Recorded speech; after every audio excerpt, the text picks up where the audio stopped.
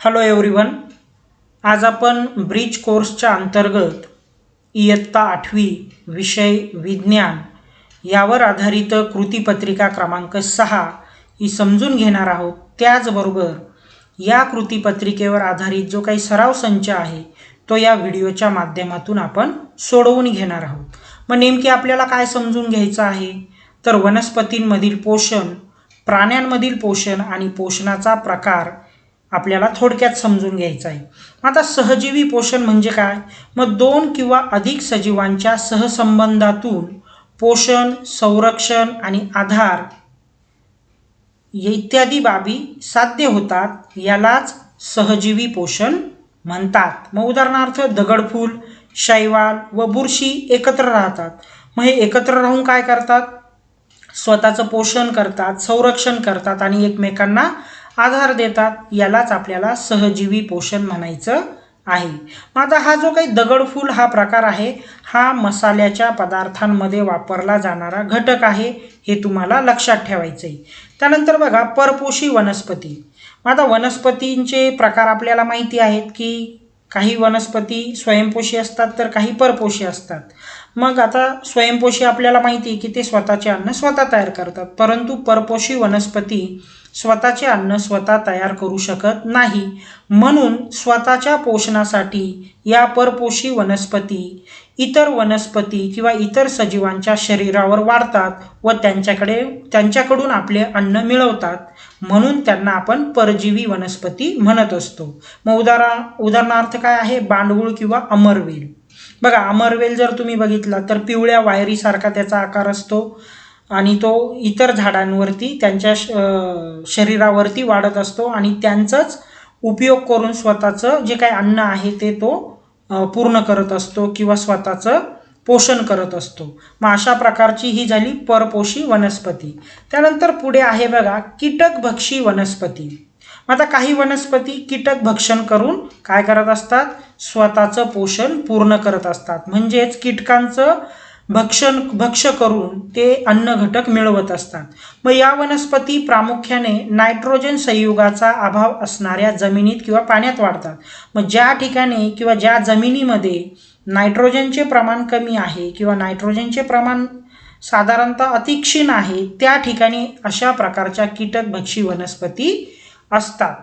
मग या कीटकांच्या मदतीने ते नायट्रोजनचं जे काही प्रमाण आहे ते पूर्ण करत असतात, परंतु स्वतःचं पोषण करण्यासाठी ते काय करतात? कीटकांचं भक्ष्य करत असतात आणि मग आपलं पोषण पूर्ण करत असतात.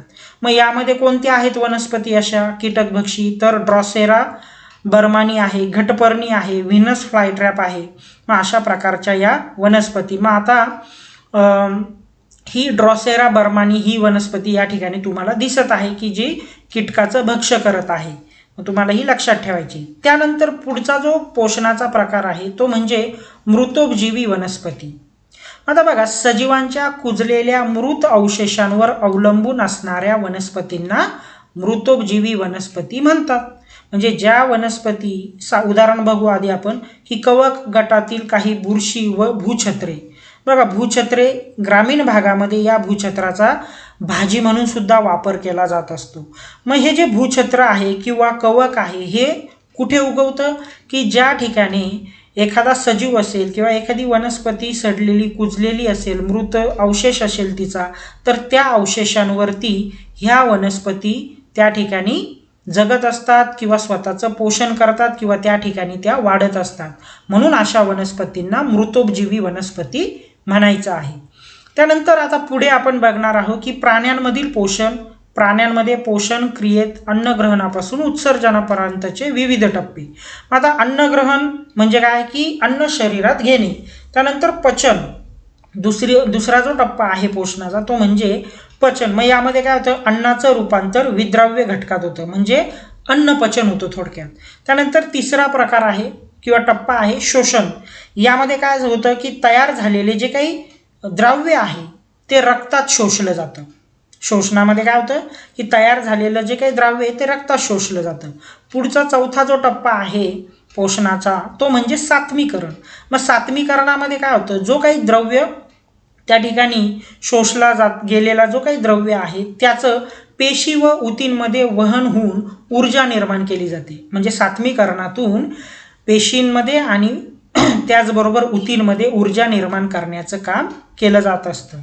त्यानंतर उत्सर्जन, की जेही पदार्थ किंवा जेही घटक आपण अन्न म्हणून खातो, परंतु पूर्णच घटक हे त्याचं अन्नपचन होत नाही. मग जो उरलेला किंवा न पचलेला जो काही भाग असतो, ज्याची आपल्या शरीराला गरज नसते, मग असा उर्वरित जो काही भाग आहे अन्न घटकाचा, तो शरीराबाहेर टाकला जातो, याला म्हणतात उत्सर्जन. मग या प्रकारे हे पोषणाचे टप्पे तुम्हाला थोडक्यात लक्षात ठेवायचे आहे. आता पुढे आपण बघूया समभक्षी पोषण. आता समभक्षी म्हणजे काय, तर अमिबा, त्यानंतर युग्लिना, पॅरामेशियम यासारख्या एकपेशीय सजीवात पोषणासंबंधीच्या सर्व क्रिया त्यांच्या पेशीतच होतात. आणि हे सगळे एकपेशीय जीव आहेत, म्हणून त्यांच्या संपूर्ण प्रक्रिया ह्या एकाच पेशीत होतात. बहुपेशीय प्राण्यांमध्ये तोंडाने ग्रहण होते. बघा की एकपेशीय प्राण्यामध्ये काय होतं की पोषणासंबंधीच्या सर्व क्रिया ह्या एकाच पेशीत पूर्ण होतात, परंतु बहुपेशीय जे प्राणी आहेत त्यांच्यामध्ये अन्नग्रहणाचे काम तोंडाने होते. कीटकांमध्ये अन्नग्रहणाकरिता वेगवेगळे अवयव असतात. उदाहरणार्थ झुरळ किंवा नाकतोड्याचं घ्या, ते कुरतडतात. काय होतं, त्यांच्या जी काही तोंड असेल त्याने ते कुरतडतात. मग जबड्यासारखे त्यांना ते अवयव असतात. फुलपाखरू जर तुम्ही बघितलं असेल तर त्याला नळीसारखी सोंड असते. म्हणजे जे फुलांमधले परागकण आहेत ते शोषून घेण्यासाठी त्यांना फुलपाखराला नळीसारखी एक सोंड असते अन्नग्रहणासाठी. मग हे झालं समभक्षी पोषण आणि त्याविषयी थोडक्यात माहिती. आता पुढे आहे अन्न प्रकारानुसार प्राण्यांचे वर्गीकरण. मग प्राण्यांचं वर्गीकरण या ठिकाणी 5 गटात आहे. शाकाहारी प्राणी, मांसाहारी प्राणी, मिश्रहारी प्राणी, स्वच्छताकर्मी, विघटक. शाकाहारी म्हणजे काय आपल्याला सर्वांनाच माहिती आहे, बरोबर आहे, की जे गवत वगैरे खातात त्यांना आपण शाकाहारी म्हणतो. मांसाहारी म्हणजे की जे फक्त मांस खातात त्यांना आपण मांसाहारी म्हणतो. मिश्रहारी म्हणजे मांस पण खातात आणि गवत वगैरे किंवा पालेभाज्या किंवा वनस्पती इतरही ते खाऊ शकतात, त्यांना आपण मिश्रहारी म्हणतो. मग उदाहरणं तुम्हाला दिसत आहेत. मानव, वानर मिश्रहारी आहे. मांसाहारी वाघ, कोल्हा वगैरे येऊ शकतं. स्वच्छताकर्मी याच्यामध्ये गिधाड आणि तरस. गिधाड बघा काय करतं की मेलेल्या जे काही जीव असतील त्या मेलेल्या जीवजंतूंचं तो काय करत असतो, मांस ओढून काढत असतो आणि त्याचबरोबर तो त्याचं पोषणही करतो, त्याचबरोबर तो स्वच्छतासुद्धा करत असतो त्या परिसराची. त्यानंतर विघटक बघा, बरेच घटक पदार्थ किंवा बऱ्याच सजीव हे मेल्यानंतर दिवसेंदिवस त्याच ठिकाणी सडतात, कुजतात, परंतु ते तसेच राहतात. कालांतराने ते काय होतात, विघटन कुजायला सुरुवात होतात. तर मग असे काही घटक आहेत की जे विघटन करतात आणि त्याचा आपल्या परिसराला म्हणा किंवा पर्यावरणाला फायदा होत असतो. मग आता थोडक्यात आपण एकेकाची माहिती बघणार आहोत, की जसं इथं स्वच्छताकर्मी हे मृत प्राण्यांच्या शरीरापासून अन्न मिळवून स्वतःचं पोषण करतात. विघटक हे सूक्ष्मजीव मृत शरीराचा अवशेष तसेच काही नैसर्गिक पदार्थ कुजून त्यापासून अन्न मिळवून स्वतःचं पोषण करत असतात. त्यानंतर पुढे बघा मृतोपजीवी पोषण. आता काही कीटक, एकपेशीय सूक्ष्मजीव हे मृत शरीरावरील किंवा आजूबाजूच्या वातावरणावरील सेंद्रिय पदार्थांचे शोषण करून त्यांचा अन्न म्हणून वापर करतात. यालाच मृतोपजीवी पोषण म्हणायचं आहे. म्हणजेच काय की या ठिकाणी जे मृत शरीर असतात सजीवांचे, त्या मृत शरीरावरती हे मृतोपजीवी जे काही घटक आहेत जसं कोळी, मुंग्या, घरमाशा हे काय करत असतात की स्वतःचं पोषण करण्यासाठी या मृतोपजीवी घटकांचा वापर करतात आणि मग आपलं पोषण किंवा आपलं अन्न मिळवत असतात. त्यानंतर पुढे आहे परजीवी पोषण.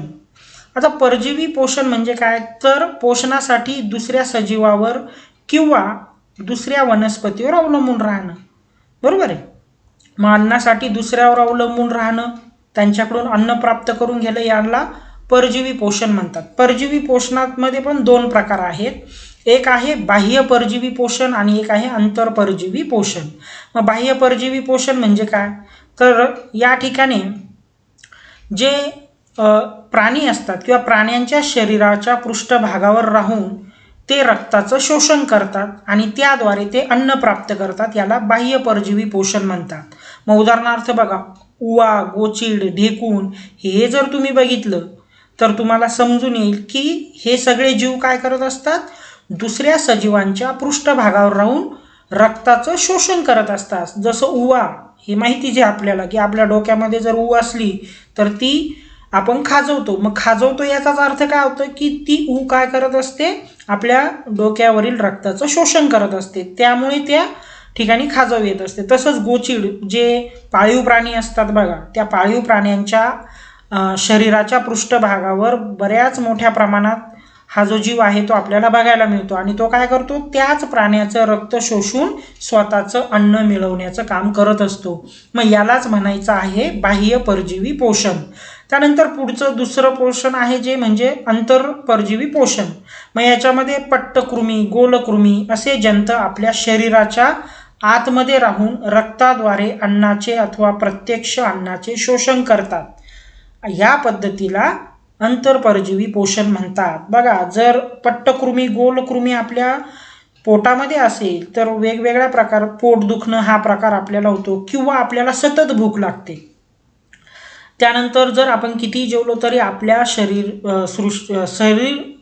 शरीर जे आहे ते शरीर योग्य प्रकारे त्या अन्नाला साथ देत नाही.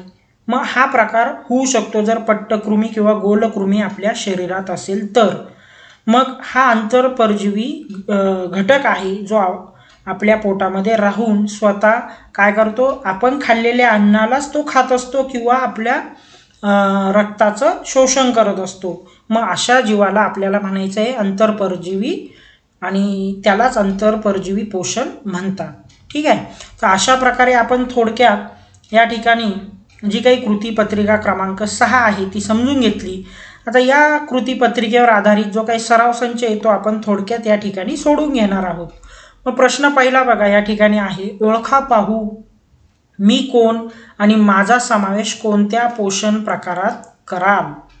जसं की या ठिकाणी प्रश्न पहिला दिलेला आहे, मी तुमच्या लहान आतड्यांमध्ये राहतो आणि प्रत्यक्ष अन्नाचे शोषण करतो. जसं आत्ताच आपण बघितलं की पट्टकृमी किंवा गोलकृमी, बरोबर आहे. आणि हा पोषणाचा कोणता प्रकार आहे, तर हा अंतरपरजीवी पोषण प्रकार आहे. मग उत्तर काय लिहाल, पट्टकृमी किंवा गोलकृमी आणि अंतरपरजीवी पोषण प्रकार, हे तुम्ही त्याचं योग्य उत्तर लिहू शकतात. त्यानंतर मी एक मसाल्याचा पदार्थ आहे. मी शैवाल व बुरशी यांच्या सहसंबंधातून तयार होणारी एक वनस्पती आहे. मग त्याचं योग्य उत्तर काय आहे, दगडफूल. आणि दगडफूल हा पोषणाचा सहजीवी पोषण प्रकार आहे. सहजीवी पोषण प्रकार आहे, हे त्याचं योग्य उत्तर आहे. जसं आपण बघितलं होतं की ही जे दगडफूल वनस्पती आहे ही मसाल्याचा एक पदार्थ पण आहे, मी आधीच तुम्हाला सांगितलं होतं. मग याचं उत्तर तुम्ही लिहायचं आहे, दगडफूल आणि सहजीवी पोषण हा प्रकार आहे. प्रश्न दुसरा बघा, सभोवतालच्या प्राण्यांची निरीक्षणे नमूद करून खालील तक्ता पूर्ण करा. मग या ठिकाणी प्राण्यांचं नाव दिलंय, अन्नाचं नाव द्यायचं आहे, प्रकार लिहायचा आपल्याला. मग गाय काय खाते, गवत खाते. प्रकार कोणता येईल गायीचा, शाकाहारी. आणि अन्नग्रहणाची पद्धत काय आहे की जे काही गवत आहे ते चावून अन्न शरीरात घेणे, ही त्याची पद्धत आहे. नंतर पुढचा प्रकार आहे प्राण्याचा तो म्हणजे बेडूक. अन्नाचं नाव काय आहे, मग छोटे छोटे मासे म्हणा किंवा कीटक. मग हा प्रकार कोणता येईल, मांसाहार प्रकार येईल. अन्न ग्रहणाची पद्धत काय करतात, डायरेक्ट गिळून घ्यायचं काम करतात, ते चावत वगैरे नाही, हे लक्षात घ्या, गिळून घेतात आणि शरीरात घेणं. नंतर साप आहे, अन्नाचं नाव काय म्हणूया आपण, या ठिकाणी उंदीर म्हणा किंवा दुसऱ्या सापाला ते काय करतात, खात असतात. मग प्रकार कोणता आहे, शाकाहारी मांसाहारीच आहे, बरोबर आहे. अन्नग्रहणाची पद्धत पुन्हा तेच की गिळून घेत असतात डायरेक्ट. पुढे आहे डास. मग डास काय करतात, रक्त घेतात. आणि अन्नग्रहणाची पद्धत काय आहे, रक्त शोषून घेतात, बरोबर आहे, शोषण्याचं काम करते. त्यांना सुद्धा एक बारीक सोंड असते आणि त्या सोंडीच्या मदतीने ते रक्त शोषत असतात. प्रकार तुम्ही याच्यामध्ये टाकू शकतात, मांसाहारमध्येच. मग अशा प्रकारे हा तक्ता तुम्हाला पूर्ण करायचा आहे. आता प्रश्न तिसरा बघा, अस्वच्छ ठिकाणी आढळणारे जीवजंतू, वाळवी, शेणातील किडे यांचा सुद्धा खरंच उपयोग असतो का, कसे ते तुम्हाला लिहायचे. तर अगदी बरोबर, अस्वच्छ ठिकाणी आढळणारे जे जीवजंतू आहे, मग वाळवी असेल, शेणातील किडे असतील, तर यांचा उपयोग हा आपल्या वातावरणाला किंवा आपल्या परिसराला नक्कीच होत असतो. मग अस्वच्छ ठिकाणी आढळणारे जीवजंतू काय करतात, त्या ठिकाणी जो परिसर आहे तो स्वच्छही करून देत असतात आपल्याला, किंवा एखादा जीव मृत झालेला असेल तर त्याला सडवून कुजवण्याचं कामही हे जीवजंतू करतात, म्हणजे वास वगैरे सुटत नाही. त्याचबरोबर जो शेणकिडा आहे तो त्या ठिकाणी जे काही शेण असेल तर त्या शेणाचं रूपांतर शेणखतामध्ये करून जातो, किंवा मातीमध्ये चांगल्या प्रकारे शेणाला मिश्रित करून त्या ठिकाणी जमिनीची सुपीकता वाढवतो. मग अशा प्रकारचं हे उपयोग त्यांचे आहेत, ते तुम्ही लिहू शकता. प्रश्न क्रमांक 4, सोबतच्या चित्रातील वनस्पती ओळखा, पोषण कसे मिळवतात ते स्पष्ट करा. आता सोबतच्या आकृतीमध्ये ही जी काही वनस्पती आहे हिचं नाव आहे घटपर्णी, आणि ही घटपर्णी वनस्पती स्वतःचं पोषण कशा प्रकारे करते, जे काही कीटक असतात त्या कीटकांना ती भक्ष्य म्हणून पकडते आणि स्वतःचं पोषण पूर्ण करत असते, कारण ही जी वनस्पती आहे ही कीटकभक्षी वनस्पती आहे. प्रश्न 5 बघा, शेवटचा प्रश्न आहे, प्राण्यांमधील पोषणाचे विविध टप्पे, पायऱ्या स्पष्ट करा. तर प्राण्यांमधील पोषणाचे जे टप्पे आहेत ते म्हणजे 5 टप्पे आहेत. अन्नग्रहण आहे, पचन आहे, शोषण आहे, सात्मीकरण आहे, उत्सर्जन आहे. बरोबर आहे. मग हे 5 टप्पे. मग अन्नग्रहणामध्ये अन्न शरीरात घेतलं जातं, पचनामध्ये अन्नाचं रूपांतर विद्राव्य घटकात केलं जातं, शोषणामध्ये तयार झालेले द्राव्य रक्तात शोषले जातात, सात्मीकरणामध्ये जी काही पेशी आणि उती असतात ते ऊर्जा तयार करण्याचं काम करत असतात, आणि उत्सर्जन यामध्ये शरीराला नको असलेला जो काही अन्नाचा घटक आहे तो शरीराच्या बाहेर टाकण्याचं काम उत्सर्जनामार्फत केले जाते. तर अशा प्रकारे ही जी काही कृतीपत्रिका क्रमांक 6 आहे त्याची उत्तरं आपण या ठिकाणी थोडक्यात सविस्तर बघितली आहे. मग अशाच प्रकारची नवनवीन व्हिडिओ बघण्यासाठी किंवा ब्रिज कोर्सच्या अंतर्गत सोडवलेल्या कृतीपत्रिका पाहण्यासाठी या व्हिडिओला लाईक आणि सबस्क्राईब जरूर करा. Thank you very much.